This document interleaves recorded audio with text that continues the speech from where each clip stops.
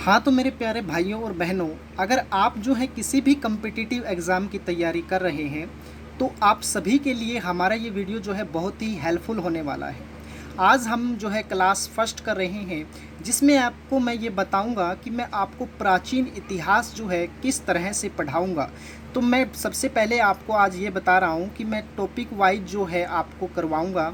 उसके बाद जो है उस टॉपिक से जितने भी क्वेश्चन जो है पुराने एग्ज़ामों में बन चुके हैं और आगे जो बनने की संभावना है, उन सभी को हम कवर करेंगे। तो हमारा जो प्राचीन इतिहास है, उस प्राचीन इतिहास की जानकारी के जो स्रोत हैं, उन स्रोतों के बारे में हम पढ़ते हैं। तो सबसे पहले जो है हमें प्राचीन इतिहास की जानकारी के बारे में जो स्रोत मिलता है, वो है साहित्यिक स्रोत। साहित्यिक स्रोत में जो है बहुत सारे ग्रंथ हैं, किताबें जो हैं आती हैं। उनमें सबसे पहले जो है हम वेद के बारे में पढ़ेंगे, यानी कि वेद की पूरी डिटेल, जी कितने वेद होते हैं, ये क्या क्या इनके अंदर बताया गया है। तो इन सबको हम डिटेल से टॉपिक वाइज पढ़ेंगे और फिर इनके क्वेश्चन भी हम जो है कवर करेंगे। उसके बाद जो है हम उपनिषद की बात करेंगे, रामायण, महाभारत, पुराण और बहुत सारी और भी किताबें हैं जिनसे हमें जो है हमारे भारत के इतिहास की जानकारी मिलती है। जैसे जो है अर्थशास्त्र है, आप जानते हैं कौटिल्य की लिखी हुई किताब है, मुद्रा राक्षस है, अष्टाध्यायी है। बहुत सी किताबें हैं जिससे हमें जो है हमारे भारत के इतिहास की जानकारी जो है मिलती है। तो उन सभी को हम जो है डिटेल से पढ़ेंगे। उसके बाद जो है दूसरा जो पॉइंट है, हमें भारत की जानकारी जो मिलती है वो विदेशी यात्रियों के विवरण से मिलती है। आपको पता है कि हमारे प्राचीन जो भारत है, पुराने समय में यहाँ पर बहुत से राजाओं ने जो है आक्रमण किया है और उन राजाओं के साथ जो है बहुत सारे जो है कवि जो है, लेखक जो है आए थे, जिन्होंने हमारे भारत के इतिहास के बारे में वर्णन किया है कि यहाँ पर कैसा रहन सहन था, यहाँ के लोग जो है क्या खाते थे, क्या वो कैसे रहते थे, उस सब का वर्णन जो है उन्होंने अपनी किताबों में जो है किया है। तो इन किताबों में जो सबसे पहले जो वर्णन मिलता है, वो हेरोडोट्स नाम के जो है लेखक हैं, उनका वर्णन जो है बहुत ही जो है प्रमाणिक जो है वर्णन माना जाता है और इन्हें ही जो है इतिहास के पिता जो है कहा जाता है। हेरोडोट्स, एक क्वेश्चन जो है एग्ज़ाम में यहीं से बनता है कि इतिहास के पिता जो है वो किसे कहा जाता है। तो इतिहास के जो पिता हैं वो हेरोडोट्स को जो है कहा जाता है। उसके बाद जैसे मैंने यहाँ निरियाकस लिखा है, निरियाकस जो है ये सिकंदर के समय जो है भारत आया था। मैग्स्थनीज लिखा है, मैग्स्थनीज की पुस्तक है इंडिका। और हेनशांग है, हेनशांग की जो पुस्तक का नाम है वो सीयू की। तो ऐसे बहुत सारे जो हैं लेखक जो हैं, विदेशी लेखक जो हैं आए भारत में और उन्होंने बहुत सारी किताबों का जो है निर्माण किया है, जिसमें हमें जो है हमारे भारत के जो इतिहास की जो है जानकारी मिलती है। तो उन सभी को जो है हम डिटेल से जो है पढ़ेंगे। उसके बाद जो हमारा तीसरा पॉइंट है वो है पुरातात्विक स्रोत, यानी कि पुरातात्विक स्रोत में हमें जो खुदाई में मूर्तियाँ मिली हैं, बहुत सी मुद्राएं मिली हैं और अभिलेख हैं, उन सब से भी हमें जो है हमारे प्राचीन इतिहास की जानकारी जो है मिलती है। जैसे आपको पता है हड़प्पा में आपको जो है एक नर्तकी की मूर्ति जो है मिली है। उसके बाद जो है हमारा गरुड़ स्तंभ अभिलेख है, आपको पता है जो गरुड़ स्तंभ अभिलेख है। उसके बाद जो हमारा हाथी कुंभा अभिलेख है और ऐहोल अभिलेख है। तो ये बहुत सारे अभिलेख हैं जिनसे हमें हमारे भारत के प्राचीन इतिहास की जानकारी मिलती है। जैसे गरुड़ स्तंभ लेख की अगर मैं बात करूं, तो ये अभिलेख जो है हमें बेसनगर विदिशा से जो है मिला है। बेसनगर विदिशा से गरुड़ स्तंभ का अभिलेख जो है हमें मिला है, जिसमें जो है भागवत धर्म का जो है वर्णन जो है सबसे पहले मिलता है। दूसरा अगर मैं बात करूं हाथी कुंभा अभिलेख की, तो आपको पता होगा कि जो अभिलेख है हाथी कुंभा अभिलेख, तो इस अभिलेख में सबसे पहले जो है भारतवर्ष नामक जो है इस नाम का वर्णन किया गया है।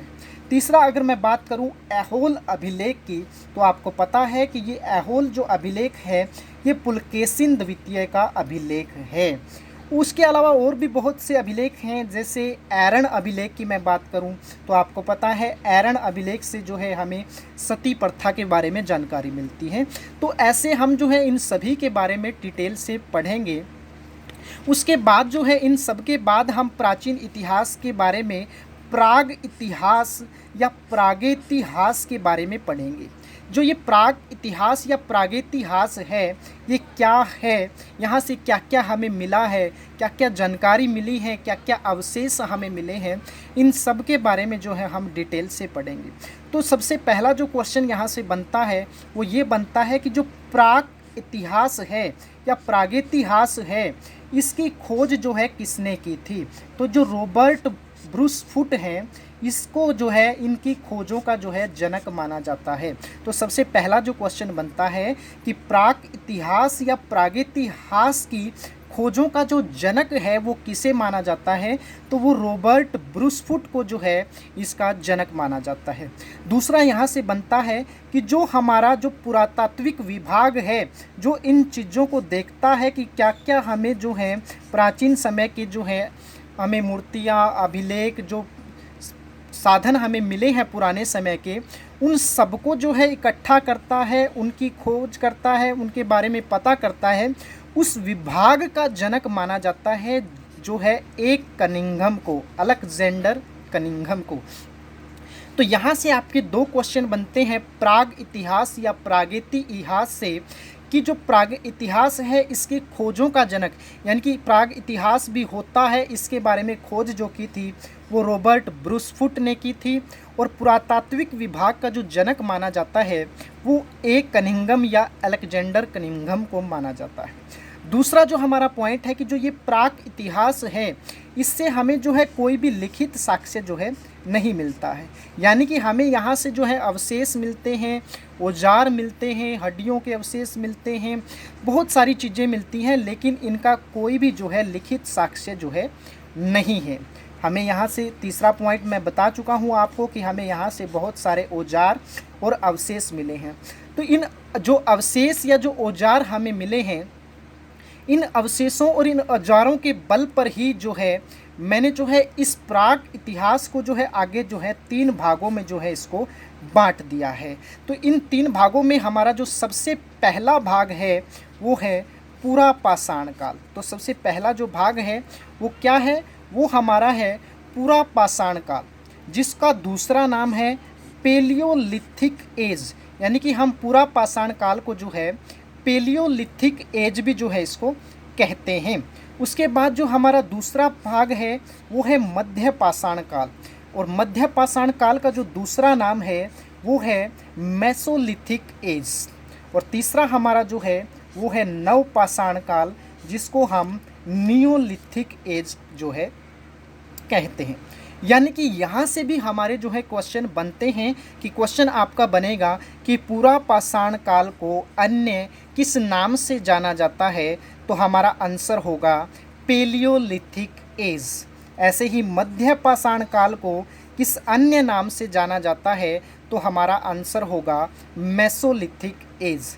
ऐसे ही नव पाषाण काल को अन्य किस नाम से जाना जाता है, तो हमारा आंसर होगा नियोलिथिक एज। उसके बाद जो है हम जो है आगे पढ़ेंगे हमारा सिंधु घाटी सभ्यता, यानी कि इन तीनों के बाद हम जो है सिंधु घाटी सभ्यता के बारे में डिटेल से पढ़ेंगे। और सिंधु घाटी सभ्यता का जो दूसरा नाम है उसे हम हड़प्पा सभ्यता भी कहते हैं, क्योंकि सबसे पहले जो है हमें हड़प्पा नामक जो स्थल मिला था, इसी वजह से इसका नाम जो है हड़प्पा सभ्यता भी जो है रख दिया है। तो सिंधु घाटी सभ्यता का दूसरा नाम क्या है, हड़प्पा सभ्यता भी इसे जो है कहा जाता है। इसकी जो समय है इस जो सभ्यता का वो 2350 से लेकर 1750 ईसा पूर्व तक जो है माना जाता है। 2350 से लेकर 1750 ईसा पूर्व तक जो है ये माना जाता है। बहुत सी किताबों में इसको जो है 2400 से 1700 ईसा पूर्व भी जो है माना गया। तो आप इसमें कंफ्यूज मत रहना, 2350 से 1750 ईसा पूर्व या 2400 से 1700 ईसा पूर्व तक जो है सिंधु घाटी सभ्यता या हड़प्पा सभ्यता का जो है समय जो है माना गया है। उसके बाद हम जो पढ़ेंगे वो वैदिक काल के बारे में जो है पढ़ेंगे। जो तीसरा हमारा टॉपिक होगा प्राचीन इतिहास का, वो हमारा टॉपिक होगा वैदिक काल, यानी कि हम वैदिक काल के बारे में पढ़ेंगे। और वो वैदिक काल है वो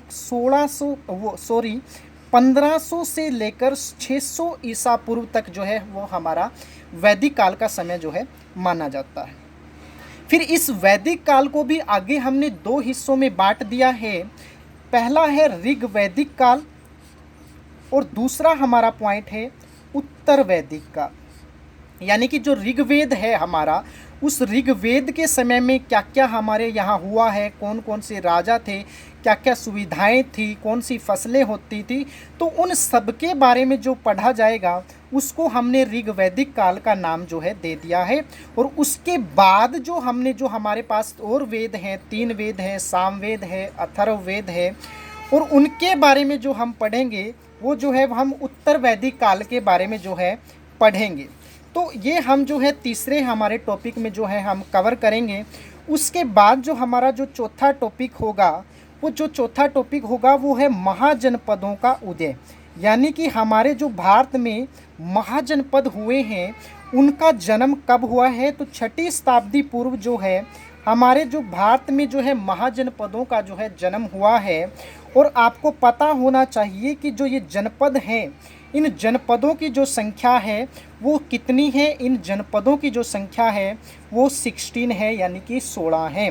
और इन जो जनपद हैं, इन सब महाजनपदों के बारे में जो हमें जानकारी मिलती है वो हमें 2 ग्रंथों से जानकारी मिलती है। पहली हमें बौद्ध ग्रंथ से जानकारी मिलती है जिसका नाम है अंगुत्तर निकाय। यानी कि अंगुत्तर निकाय नामक बौद्ध ग्रंथ से हमें महाजनपदों के उदय की जानकारी मिलती है। और दूसरा है हमारा जैन ग्रंथ, और जैन ग्रंथ का नाम है भगवती सूत्र। यानी कि भगवती सूत्र और अंगुत्तर निकाय ये 2 ग्रंथ हैं जिससे हमें जो है महाजनपदों के बारे में जो है जानकारी मिलती है। उसके बाद हम 5वां टॉपिक जो है पढ़ेंगे, जो है भारत में धार्मिक आंदोलन। यानी कि भारत में जो है कौन कौन से धर्म जो है हुए हैं, उनको किस किसने जो है शुरू किया है, तो उन सब के बारे में भी जो है हम डिटेल में पढ़ेंगे कि भारत में धार्मिक आंदोलन। तो सबसे पहले हम पढ़ेंगे जो है जैन धर्म के बारे में पढ़ेंगे डिटेल से, फिर हम बौद्ध धर्म के बारे में पढ़ेंगे, तीसरा हम शैव धर्म के बारे में पढ़ेंगे, और चौथा हम जो है वैष्णव धर्म के बारे में जो है पढ़ेंगे। 5वें नंबर पर इस्लाम धर्म के बारे में, और 6ठे में ईसाई धर्म के बारे में, और 7वें में जो है पारसी धर्म के बारे में जो है हम पढ़ेंगे। तो ऐसे हम जो हैं इस पूरे हमारे प्राचीन इतिहास को टॉपिक वाइज जो है कवर करेंगे। हम जो है हर रोज़ जो है एक एक टॉपिक को उठाएंगे और उस टॉपिक को पहले डिटेल में हम जो है पढ़ेंगे, और डिटेल में पढ़ने के बाद जो है जितने भी क्वेश्चन उससे आज तक बने हैं और या आगे बनने की संभावना है, उन सभी क्वेश्चनों को हम जो है करेंगे, जिससे हमारा एग्ज़ाम जो है उसमें एक भी क्वेश्चन जो है हमारा ना छूटे। इसलिए मैं आपसे जो है निवेदन करता हूँ कि आप जो है मेरे चैनल को सब्सक्राइब करें, वीडियो को लाइक करें और जो है शेयर करें। धन्यवाद।